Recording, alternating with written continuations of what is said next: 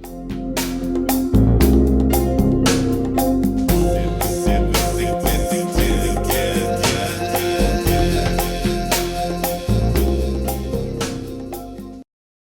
it's Rob Bryanton, back with you once again with the Imagining the 10th Dimension video blog. Today's entry is dated June 27th, 2008. If you want to read along with it, you can go to 10thdimension.com/blog, and the entry is called God 2.0. It goes like this.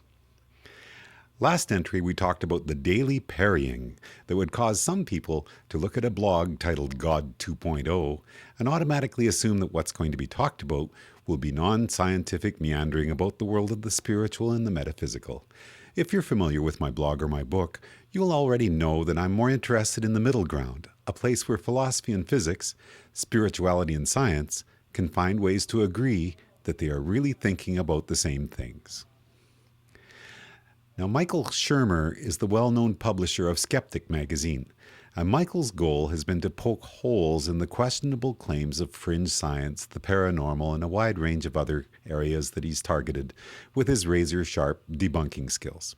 This is why I found it quite marvelous when I picked up the July issue of Scientific American and found that Mr. Shermer's regular column in this issue is entitled Sacred Science. Can emergence break the spell of reductionism and put spirituality back into nature? Mr. Shermer's article is about a fellow who comes from my neighboring province of Alberta, here in Canada, Stuart Kauffman, founding director of the Institute for Biocomplexity and Informatics at the University of Calgary. He's written a book called Reinventing the Sacred. To quote from Michael Shermer's article about the book now, I'm going to read from again, the July issue of Scientific American magazine. The article sequence goes like this. Kauffman reverses the reductionist's causal arrow with a comprehensive theory of emergence and self-organization that he says breaks no laws of physics and yet cannot be explained by them. God is our chosen name for the ceaseless creativity in the natural universe, biosphere, and human cultures, Kauffman declares. And Michael Shermer goes on, I've spent time with Stu Kauffman. He's one of the most spiritual scientists I know, a man of inestimable warmth and ecumenical tolerance, and his God 2.0 is a deity worthy of worship. But I am skeptical that it will displace God 1.0, Yahweh, whose Bronze Age program has been running for 6,000 years on the software of our brains and culture. Now, I've talked many times here about the role of creativity in our universe and how ideas from quantum physicist John Wheeler and professor of cognitive science Douglas Hofstadter can be tied together to show us how a self-excited loop can create not just a universe, but life and consciousness as well. In my book, I used physicist Richard Feynman's sum over paths idea to show how the past is just as probabilistic as we know the future to be. Now that Anton Zeilinger is publishing the results of experiments he and his team in Vienna have conducted that prove that we are operating in a probabilistic cloud where the only thing that is truly real for us is the constantly moving now of our observed reality, the ideas I proposed are being confirmed. And as John Wheeler suggested, this means that there are some indeterminate elements of the past that can be changed by our current observation. As I've been saying here, this means we can all select new trajectories from our current now at any time that launch us off on a new path. And accepting the indeterminate nature of the past is key to understanding how much power we're talking about here. As I discussed in Changing Your Genes, the scientific study that shows we're able to switch off and on various genes simply through changes in lifestyle and changes in attitude gives us a glimpse of how the past is not as carved in stone as we've been led to believe, because quantum physics is proving that our currently observed reality is derived from a multiverse of possible choices that exist in both the future and the past for our universe at any particular now. Scientists like Sean Carroll, David Deutsch, and of course Richard Dawkins are atheists. I reference their work regularly with this project. I believe the Dawkins concept of genes as a river out of Eden and memes as ideas that can be transmitted or shared without loss across time and space are both very useful and enlightened ways of imagining the underlying timelessness of our reality. My way of imagining how our reality is constructed agrees with Dr. Carroll's ideas about an equilibrium state which is outside the system, My project also agrees with the Deutsch team's proof that the parallel worlds resulting from chance and choice are directly equivalent to the probabilistic results of quantum mechanics. Now here's something new. The June 14th, 2008 issue of New Scientist magazine has an article about the award-winning work of mathematicians John Thomson and Jacques T., who have offered some mind-expanding proofs about how our universe is derived from symmetries in the higher dimensions. This idea is related to Garrett Lisi's 8-dimensional E8 symmetry group, which I've referred to a number of times in this blog, and which I believe ties back into my project as well.